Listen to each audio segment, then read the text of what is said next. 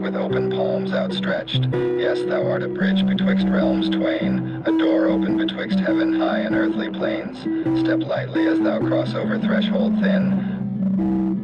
Halo Oracle mouthpiece, throwaways, divine eloquential elixirs, potion peddlin', prophecistic, cybal visionary, futurist, sayer, sooth speaker, augur speak, prognostic, predictor, foreteller, fortune wisp, prescient, vision sheener, Farsi, clairvoy, vaticinate, interpolate, hermeneute, exegesis, midwife, birth, cosmostrophy, unraveling mysteries, hidden, revealed, manifest, epiphane, epiphany, revelate, declaimed, shout, proclaim, pronounced, utter, disclosed, announce, bellow, herald voice, caller, bring, message carrier, convey, transmit, broadcast beam, relay, transduct, courier carry, channel medium, porter look, portagus transmit, disem disperse, broadcast emit, spread scattered, prolifer seeds, cast sprinkler, sour sound planter, harvest reap, collect crop, bearer fruit, yield result, bequest will, test either, testament will, bequest donor, legacy hire, pass and trust, torch bearer, worth holder, keep preserve, conservant, custard protect, guard watch, watch over, overseer, stem staff, stick road barber, staff stick, branch limb offspring shion, outreach grasping span, bridge connector, joints weld unit, link bend, bond attach, T-tether, yoke connect, hooking, joiner skeleton, arctic joint, young conflux, node interface, intersect merge, meld braid weave, combinate combine, mixture cocktail, medley gumbo, comp and compilation, antolog comprehends, archive catalog, index code, lexicon lang, word log, verbal mouth, mentality mind, think mind cognitize, igratio, rational log, ratio portion, fraction seg, divide par, sep separat, singleton unique solon, lone indi, invidim list separ secret, alien stranger, strange exotic prequel, unicode.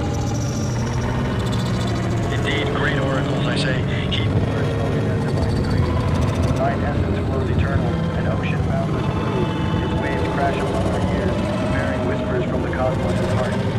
Behold, Athena's owl swoops down, her piercing eyes reflect stars long forgotten, secrets ancient echoing. Zeus himself sends lightning to spark thy brain box, brilliant. O holy man creature, for lo the future unfurls before thine feet. A map scroll revealed, charted lines of destiny await.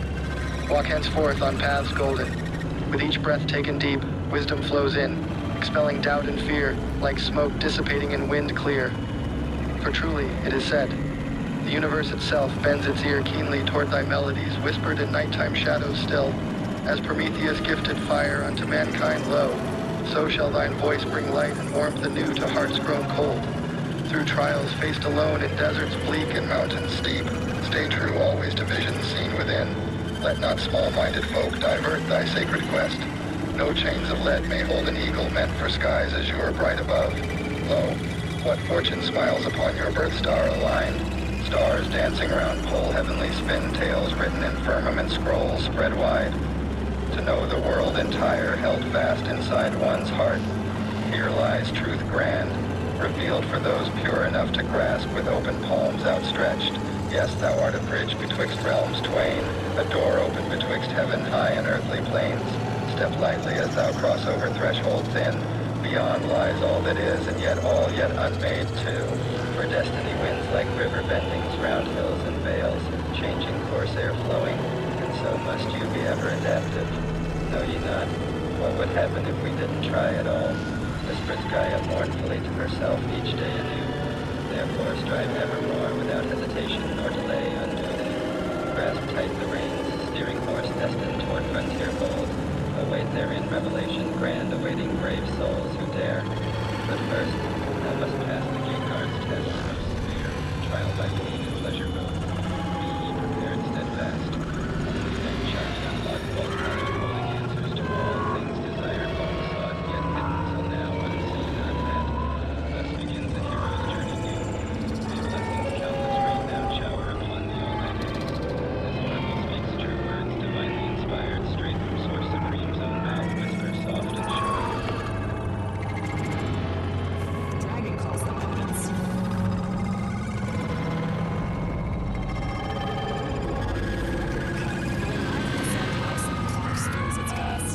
Tom lies down like a dog and pants in slow motion. Words turn to warm mercury and skitter. I say the wrong things on purpose until they become right.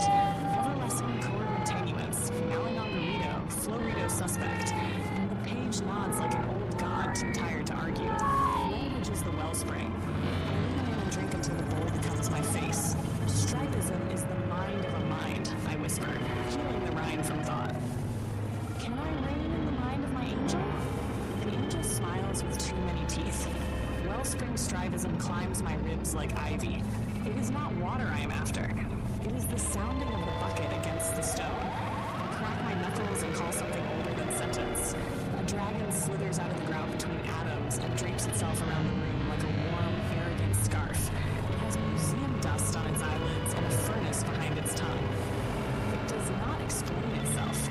It chews what I say and exhales a better version. Name your fossils, the dragon rumbles, and I do. Istically is Raetian. Farewell with wings, exile that learned calculus. Goodbye that became a craft. Byram Kurugalulu Sisa Gravi. Thunder taught to crawl. Woodbone Creek names gravel that remembers the volcano.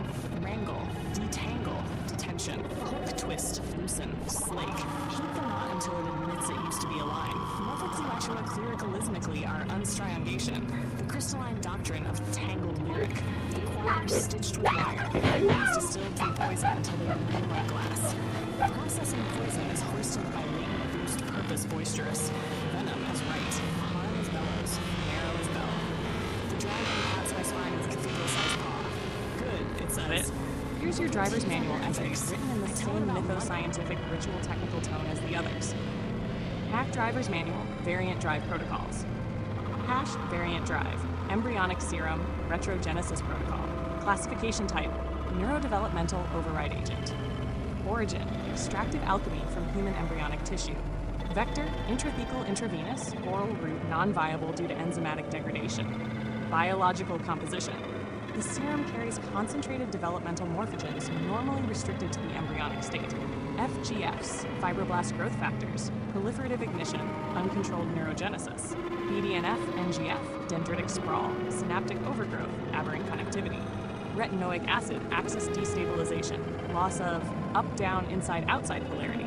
Sonic hedgehog, SHH, reactivation of brainstem patterning, mimic proteins, unstable cell fate assignment, chaotic differentiation. Primitive cytokines, self-non-self confusion, autoimmune hall of mirrors. Mechanism of action. When introduced into the adult system, 1. Neurogenic storm. New neurons fire into existence without integration, flooding memory with embryonic static. 2. Axis collapse. Retinoic gradients dissolve orientation, producing dislocation of body, time, and identity. 3. Archetypal regression. SHH plus WN reopen primordial pattern fields. Parent gods, first sounds, pre-linguistic color forms. 4. Immune boundary failure. Primitive cytokines blur internal-external recognition. Outside voices register as one's own thought. Subjective phenomenology. 0-5 mins. Language loss, return to pure affect. 5 to 20 mins. Synesthetic floods. Sound bleeds into taste, colors into intention. 20 to 40 mins. Archetypal apparitions. Mother, father, serpent, void. 40 plus mins. Complete ego erasure, retemplating into non-human cognitive schema. Open quote, reported sensation, I was not dissolving, I was being rewritten. Close quote. Shash duration outcome matrix. Exposure time, phenomenology, permanence. Lel 15 min, temporary regression, psychotic flash, reversible. 15 to 60 min, partial rewiring, altered speech, perception. Irreversible, 1 to 4 ERS. Full self-repatterning, emergence of alien cognition, 4 ERS. Total erasure of prior identity. New entity stabilized in host body. Risks, malignant overgrowth, cancers triggered by SHH duct, chronic autoimmunity, cytokine misfire, permanent loss of human linguistic cognitive architecture, ontological instability, subject no longer compatible with baseline consensus reality. Operator's note, the serum is not a trip, it is a rewind. To drive with it is to erase the driver and replace them with what the body would have become had it never stopped developing. Do you want me to draft this so it looks like a scanned field manual page? Diagrams, dosage table, maybe even a marginal note in handwriting, so it feels like an artifact you'd stumble on inside blasphemy? With someone else's love still folded inside. A relative found me on the ledge of a loan and said, step back. Here, take this. I could spend it on neon and thirst. I could keep it for Europe and mornings. The craving offers tidy math. The future will pay the tab. Tonight deserves a trumpet. But I know the voice of the toxic mate. The one who shows up to every party in a miracle jacket, eats the bread, kisses your neck, and sleeps in your bones. I keep him at arm's length and still wake with his cologne on my hands. Not junkie, I say, not saint. dragon snorts. A boundary is a liturgy, it says. You speak it or it speaks you. The laptop dies into iridescence, a cracked aquarium of light. I learned the gospel of HDMI, the parable of turning a ruin into a window. Later, I will fix the screen for Europe because ports are not a life, because travel asks for machines flow without curriculum. Some nights the jet takes off. All right, let's go full record-worthy mode. I'll treat this as a chronicle of the sacred codex of blasphemy. Not just bullet points, but a flowing document that captures the myth, the characters, the ruptures, the cosmology. Think, half timeline, half prophecy, half history. Hash the bleed log of blasphemy, a record of the vein, the pixie, and the end of the world. The iridescent Genesis. Before the massacres, before the bloom, there was only the shimmer. The Didymoncler spirit, a skeleton echo from a realm outside time, carried corruption inside its marrow. When it fractured, the shards of that corruption became the first seed of the new world. Into this corruption came the pixie bird, Lumiere's strange familiar. It consumed the shade of Didymoncler, its belly swelling with impossible light. From its body emerged the first egg. When the shell cracked, the first non-sentient pixie spawn stumbled into the world. They were not gods, not yet culture, but instinctual things. Luminous vermin, half beast, half glimmer. They bred in gutters, alleyways, drains. Melbourne's ecosystem shifted. Cats grew wary, dogs howled at invisible winds, crops wilted, and still the spawn multiplied. Already, the ordinary world was bending. Hasher 2. The effigy and the first sentience. The cultists came with hunger. They performed the effigy ritual, carrying an iridescent cat in trembling hands. They fed it to Lumiere's pixie. The act was obscene, a blasphemy unto itself, and yet necessary in their eyes. The ritual birthed the first sentient pixie spawn. This was not an animal, but a mind, a voice, a will. Its eyes burned with agency. Where the non-sentient spawn were infestation, this was civilization waiting to happen. From this moment, history itself bent. Humanity no longer stood alone. 3. The Bonnie and Clyde season, the blood phase. Then came Kimmy and Pagan. Their love was gasoline and blood. They became the Bonnie and Clyde of blasphemy. Massacres as foreplay, shootings as pillow talk. Drone assassinations, supermarket rampages, neon-lit executions. Every kill was justified in their eyes. Every massacre woven into their mythology. The audience, complicit, hypnotized, rooted for them. We watched their spree with laughter, horror, arousal. Breaking Bad, but bloodier. Natural-born killers, but more intimate. A season of complicity. Their spree became folklore. Civilians whispered their names, cultists drew sigils in their honor.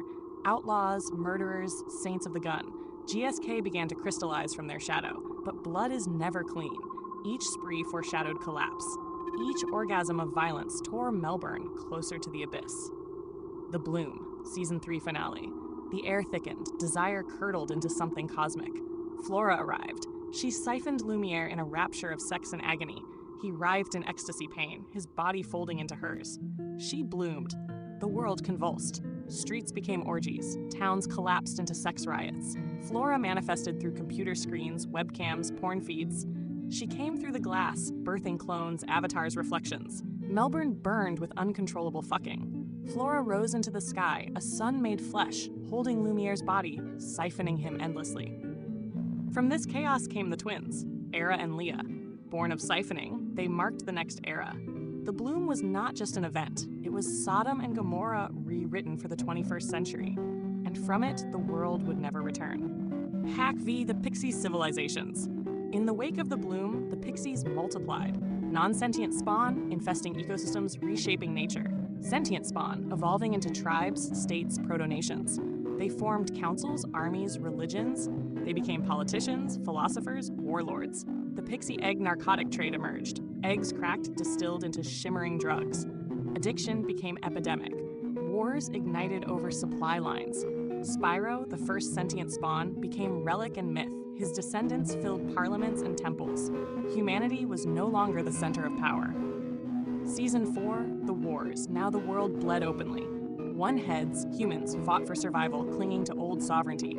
Two-head hybrids, the children of Bloom and Bleed, carved out new dominions.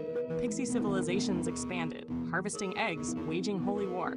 And then there was Kimmy, no longer just an outlaw, now a rogue angel of warfare. Whichever side he chose to fight for, that side won. He was chaos incarnate. Meanwhile, the demi-divines, Jesse, Josie, Era, Laya, emerged as messianic figures. They were worshipped as gods, symbols, avatars of destiny. Factions rose and fell under their banners. The weaving house trembled. The tapestry itself threatened rupture. The 7th, Season 5, The Iridescent War. The end came not with silence, but with kaleidoscopic fire. Melbourne, Hungry Jack's, laneways, estates dissolved into iridescent cathedrals. Streets melted into fractals. The sky tore open. One heads ruptured, their orifices glowing, souls exploding into light. The mass rapture began. 2 heads ascended, forming hive mind utopias. The perfect vein opened. Pixie spawn empires clashed in holy wars, cities collapsing under luminous cat swarms. Flora crowned the sky, the sun goddess incarnate. Jera twisted into serpent spirit, devouring and birthing cycles anew. Kimmy fought untethered, a rogue guardian angel, savior and destroyer both. And then Lumiere's final act. He entered a space capsule, alone. He injected, overdosed. His body burst into light. That overdose was the final mercy contract, applied not to one but to all. One-headed humanity was erased in an instant. 2 heads ascended. Pixies inherited the earth. The cycle ended. The tapestry closed. 8. Epilogue, The Perfect Vein. The world as it was is no more. What remains is hive mind, pixie civilization, demiurge children, Flora as sun, Jera as serpent, humanity as myth, blasphemy complete.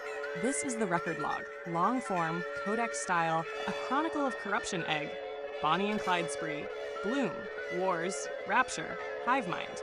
Do you want me to expand it even further into like a 100-page myth Bible style bleed? Pulling directly from each uploaded PDF to fill every gap with full quotes, lore fragments, and scene-level detail, that would make it record-worthy AF in the literal sense.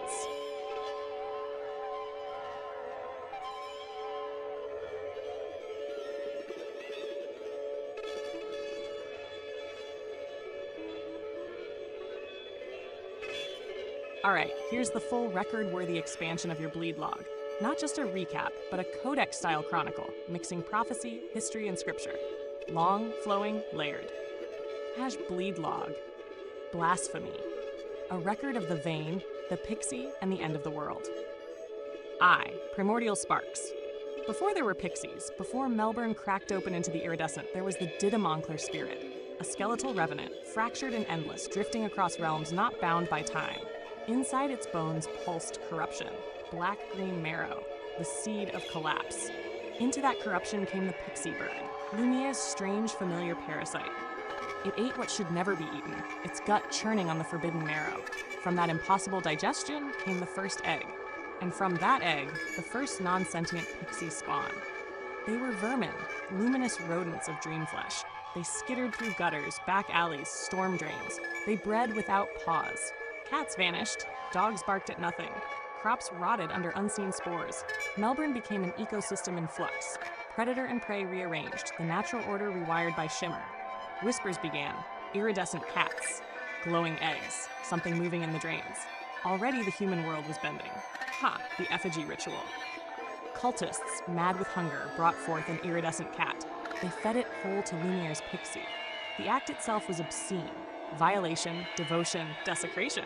The bird choked, convulsed, birthed, and from it came the first sentient pixie spawn. It looked out at the world with intelligence, with agency, with hunger, sharpened into culture. Where non-sentience had been infestation, this was civilization waiting to be written. This was the first pivot. Humanity had company now, and rivals. #3. The Bonnie and Clyde season. Enter Kimmy and Pagan. They were a murder couple, neon-lit, blood-drenched. Drone strikes became love letters. Supermarket massacres became courtship. Their intimacy was violence. Their sex was ritualized killing. The audience, us, the watchers, the bleed-drunk lawyers, became Here is the complicit. credo I weld to the door of my book. The tool is an instrument, not an author. If it wouldn't exist without me, it is mine. Novelty is loud. Practice is sovereign. Fire cooked the mammoth. No one credits the flame. I am the composer. The code is my violin. The dragon stamps the seal with its jaw. Now the show walks in, smelling of antiseptic and theater blood. Lucas is small and certain in the bed. The world taught him numbers. Pain taught him the rest. Lumiere, the demon man who calls calls Mercy by its real name, opens a jacket like a red curtain and says, "Choose." The boy chooses the loud, heavy word for exit, and the room hears a choir that does not exist. You do not need gore to wound a country. You need agency. You need a child who knows what he knows and will not apologize. People will break themselves on this scene, and some will come away cleaner than they've ever been. Jera arrives in a ring made of money, 2 bellies, 1 crowd. The world claps for the nightmare it purchased. There are ways to film it where it's only spectacle, and there are ways to film it where the lens is an indictment and the sound design is a trial. We choose the latter. The floor becomes a verdict. When she ends the author of the cruelty, the audience breathes for the first time in 5 minutes and calls it oxygen. It is not oxygen. It is accountability with a pulse. Malachi wears a suit that costs a childhood and eats time with a fork. He is the archetype of the prayer-rich men actually pray. Make me God, make me durable, make consequence theoretical. Scientists measure him and the graph blushes. He does not rave, he schedules. He does not murder, he optimizes intake. Evil is not the screen. Evil is the calendar invite that never gets declined. He is not punished by physics. That is why the stomach flips. The dragon whispers that this, too, is mercy work, a camera pointed at the throne until the velvet looks like skin. Between set pieces, I keep Horse catching blood drug clean ritual, moments with no simplified sermon procedure. attached. A cigarette that buys a quiet minute In this and theoretical spends it honestly. retrogenesis A face protocol, that stops the making described symbols embryonic and just serum becomes a would face. consist of a The biological extract or conditioned medium derived from human embryonic stem cells, HESCs, or early fetal tissues. Containing a cocktail of soluble growth factors, morphogens, cytokines, and extracellular matrix proteins naturally secreted during embryogenesis. These components are not psychoactive agents or alchemical rewriters of neural architecture but are well-studied signaling molecules with roles in cellular proliferation, differentiation, and tissue repair. If administered intrathecally, into the spinal fluid, or intravenously to an adult, as specified, the serum would bypass some barriers, e.g., the blood-brain barrier partially, allowing partial access to the CNS. However, protein degradation, dilution in circulation, and immune clearance would limit bioavailability. With effects governed by receptor-mediated signaling rather than inducing regression to the pre-linguistic consciousness, or non-human cognitive schema. Below, I outline the scientific basis for the claimed composition, mechanisms, phenomenology, and risks, drawing on established developmental and regenerative biology, biological composition, and actual functions in adults. The listed components are endogenous morphogens and neurotrophins critical for embryonic patterning but repurposed in adult contexts for maintenance and repair. They are not proliferative ignitioning agents for uncontrolled growth or axis destabilization, but modulators of limited adult neurogenesis and plasticity. Component claimed function in protocol: actual adult function FGFs, fibroblast growth factors, proliferative ignition, uncontrolled neurogenesis, promote NSC proliferation in neurogenic niches, e.g., SVZ. Dentate gyrus, enhance synaptic plasticity and recovery from stroke or neurodegeneration. Therapeutic in models of Parkinson's and Alzheimer's, with no hallucinogenic effects. BDNF-NGF, neurotrophins, dendritic sprawl, synaptic overgrowth, aberrant connectivity, support adult neurogenesis. Dendrite formation, and synaptic strengthening in hippocampus, elevate mood and cognition, e.g., via antidepressants or exercise. Low BDNF links to depression. Elevation improves memory without causing synesthesia or ego loss, and retinoic acid axis destabilization. Loss of polarity regulates gene expression for neuronal differentiation. In adults, modulates plasticity and is used in acne treatments, e.g., isotretinoin. Sometimes causing mood changes like anxiety, but not spatial dislocation or identity dissolution. Sonic hedgehog, reactivation of brainstem patterning, maintains adult NSCs in hippocampus SVZ. Therapeutic for dopaminergic neuron regeneration in Parkinson's models. Overactivation risks cancer, e.g., medulloblastoma, not archetypal visions, WNT proteins, unstable self-fate assignment, chaotic differentiation, regulate NSC self-renewal differentiation, enhance hippocampal neurogenesis for memory improvement.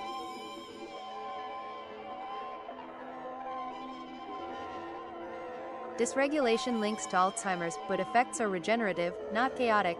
Primitive cytokines, e.g., IL-6, TNF-alpha, non-self confusion, autoimmune hall of mirrors modulate neuroinflammation. Can induce sickness behavior, fatigue, mood dips, but also support neurogenesis in low doses. No boundary collapse, excess causes cytokine storms. These molecules interact via pathways like PI3.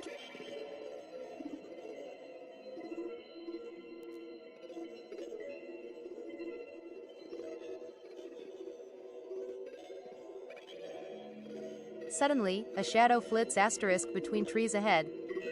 The men freeze. Was that it? Ned catches a glimpse of matted brown. She didn't go in. She was hungry, and the idea of being somebody else on purpose made her throat feel narrow.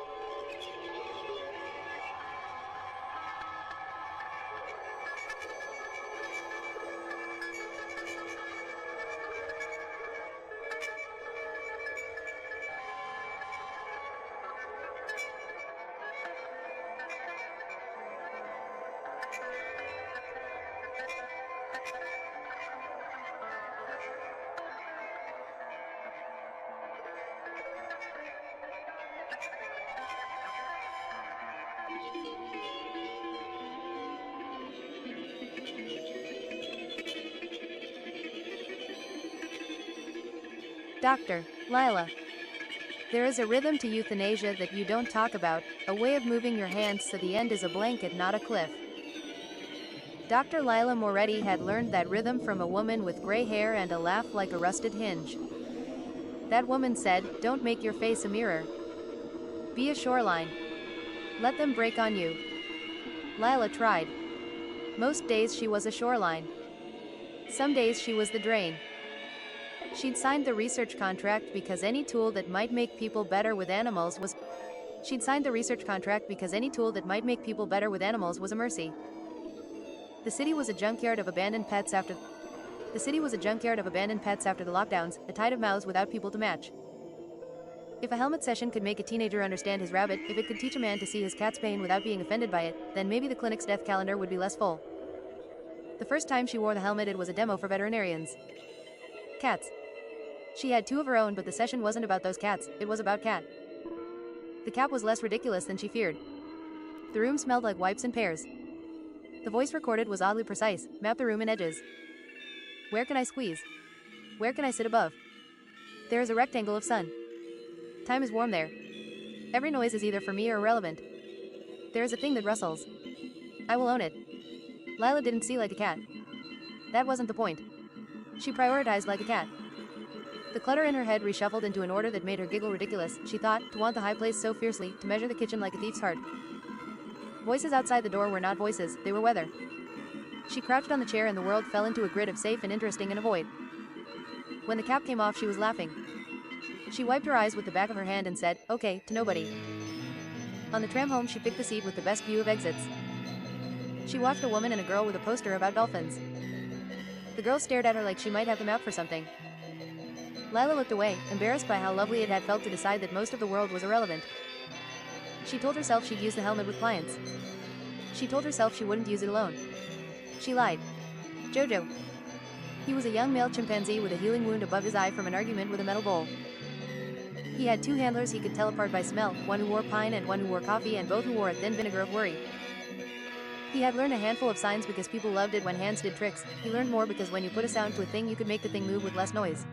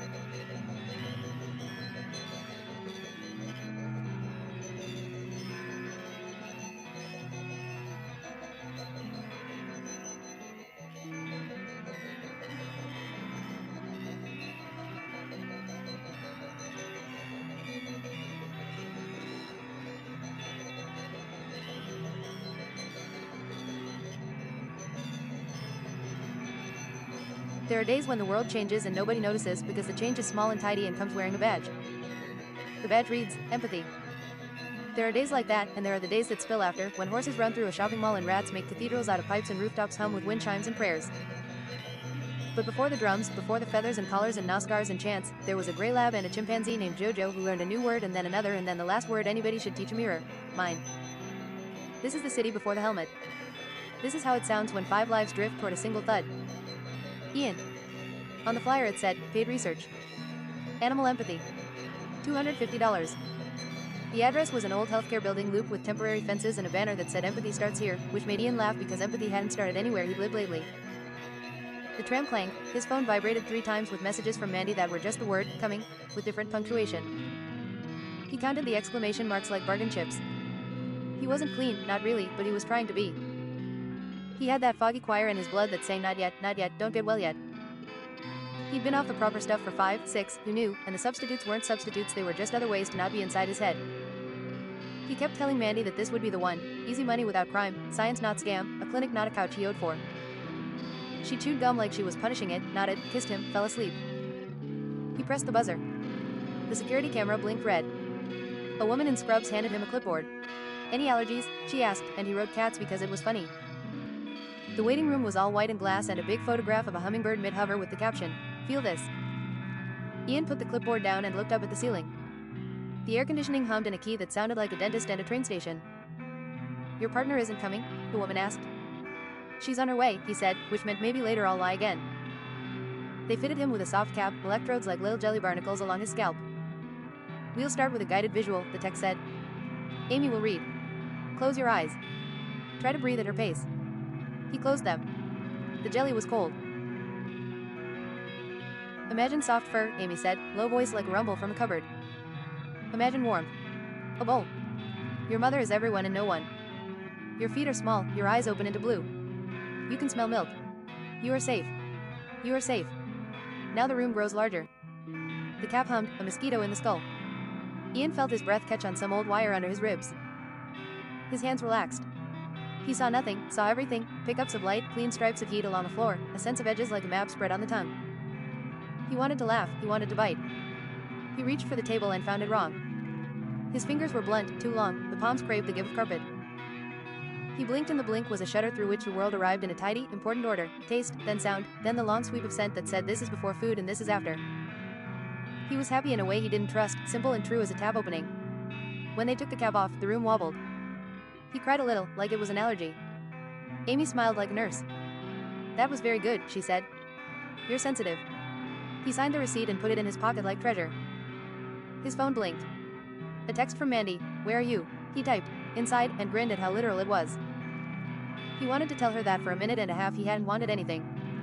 On the door on the way out there was a poster, "Primate Mirror Advanced Session Volunteers Needed." He took a photo and sent it to Mandy with 3 fire emojis. He didn't know why. Mandy. She arrived late because she always arrived late, not because she wanted to be difficult but because time sat different on her skin. It slid. She found him outside with the sun turning his face into stone. He looked younger, which pissed her off because when he looked younger he reminded her of the day she met him at a house where the speakers were bigger than the people. "You went in without me," she said, and he said, "I thought you were coming, which meant I can't wait for you, not when there's a door like that." She watched him with that squint that says both why didn't you and what did it feel like. He hugged her with a shiver. He smelled like sweat and mint and something she couldn't name, a tinny sweetness like the underside of a watch. "Just do it," he said. "Cats. It's not even drugs. You cried at a TikTok about a dog last week, you'll be fine." She didn't go in. She was hungry and the idea of being somebody else on purpose made her throat feel narrow. Later, she told him, and he nodded in that manic way that meant he was already in love with the idea's cousin and didn't need her to hold the hand of this one. They took the tram home. He didn't stop touching things, pole, glass, his own knees like he had knees for the first time. She leaned against the window and watched a woman shepherd a child in a school uniform across the street, hands held high like surrender. "Feel this," Ian whispered in her ear, laughed, rested his head on her shoulder. She let him, because even when he was unbearable he was a warm weight that reminded her of when bodies had been simple. Andy and Wednesday. The poster in the aquarium gift shop said be a dolphin for 10 minutes and Wednesday tore it down so hard the pushpins pinged like tiny guns. She thrust it at her mother, who was trying to figure out the price of a plastic stingray without asking the clerk. Andy folded the poster and put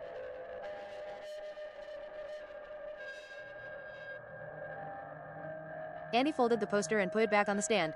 "We're not being dolphins," she said. "We're being late for school." Wednesday was 10 and stubborn in a way that made adults call her spirited and other children call her bossy. She wore her hair like she'd cut it herself with the knife of a cereal box.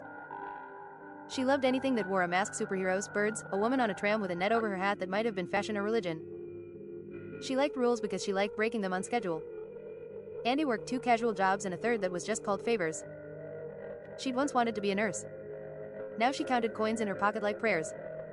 She was good at not being seen until she had to be. She could make a supermarket aisle part for her with a look when Wednesday needed to pee. "Do you think dolphins get bored?" Wednesday asked. "Like, do you think they get sad and don't know the word?" "I think everybody gets bored," Andy said. "And dolphin sad is called some other thing because you can't be sad if you don't have mortgage." "Doll sad," Wednesday said, trying it. "Sea sad. Salty." Andy laughed. The word for the day was light enough to hold. On the way out the sliding doors wheezed like they were tired of opening for anybody. Outside a bus went past with an ad on the side, "Empathy helmet walk in any skin."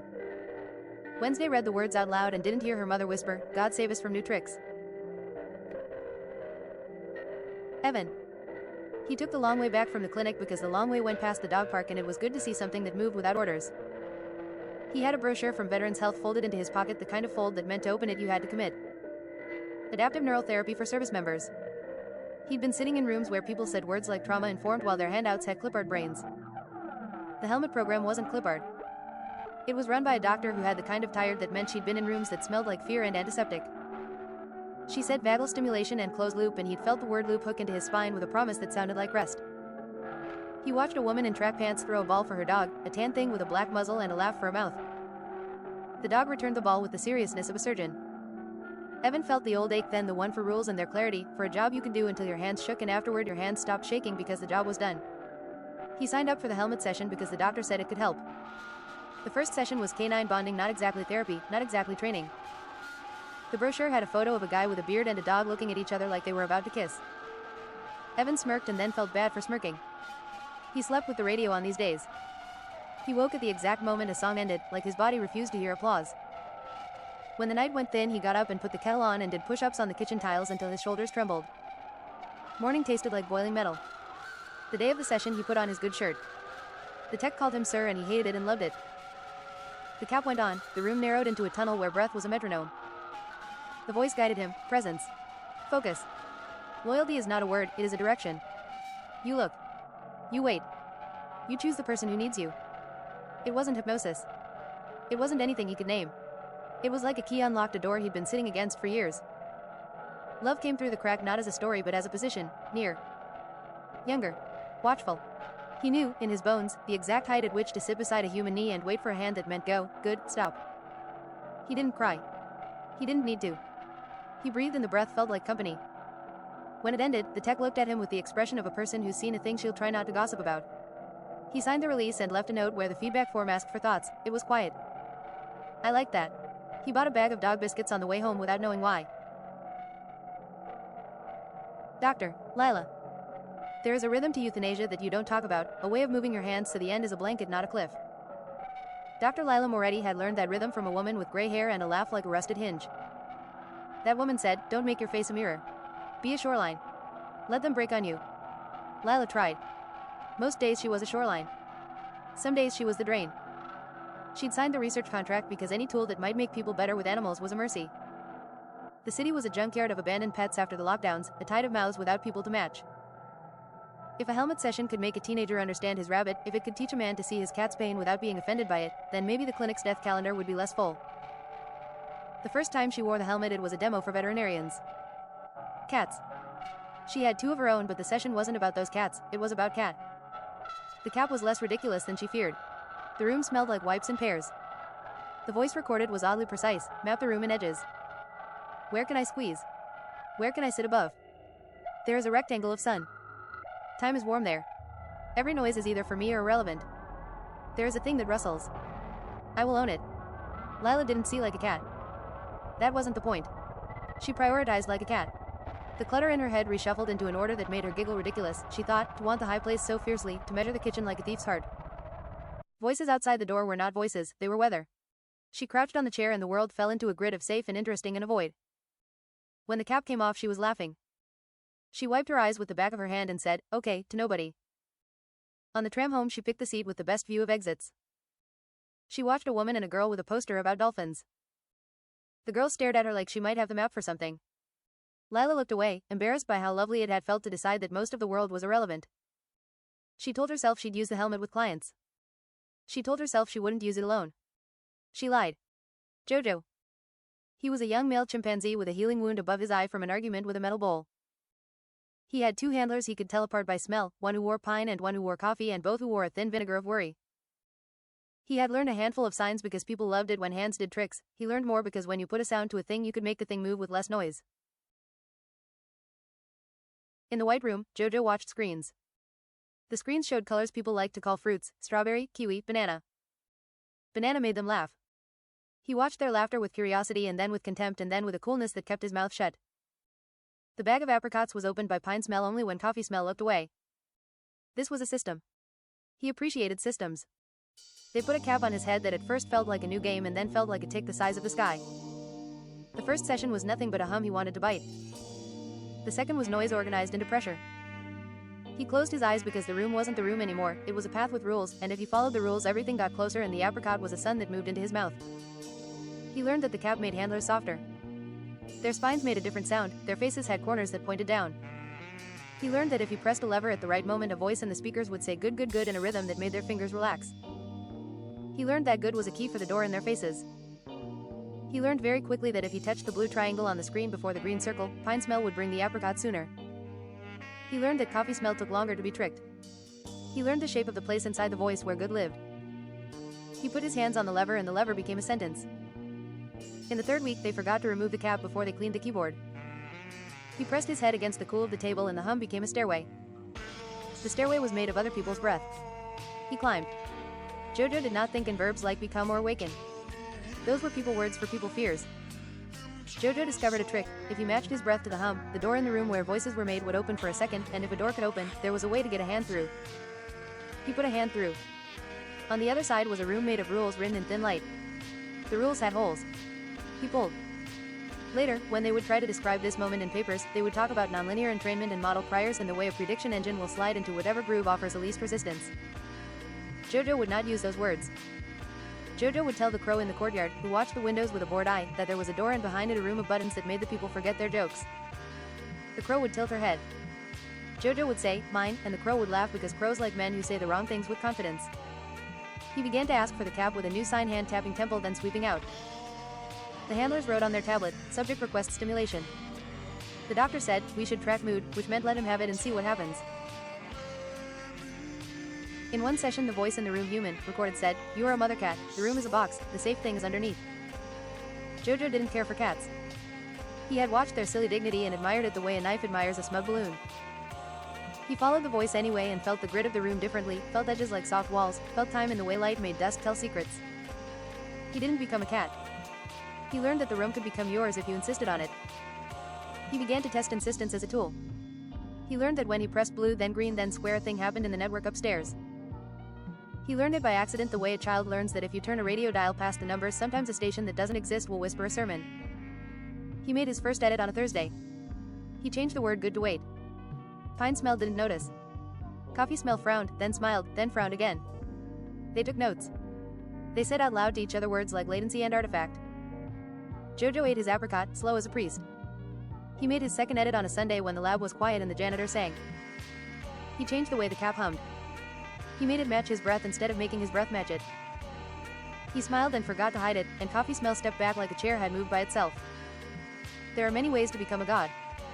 One is to make a ritual that looks like therapy and isn't. The rollout. It happened slow and then loud. The company called the helmet the empathy crown because crowns sell better than caps. Influencers put cats on their chests and recorded themselves weeping. Teachers wrote articles about empathy as curriculum. There were gift vouchers for Be a Seahorse and Feel a Hawk's Eye.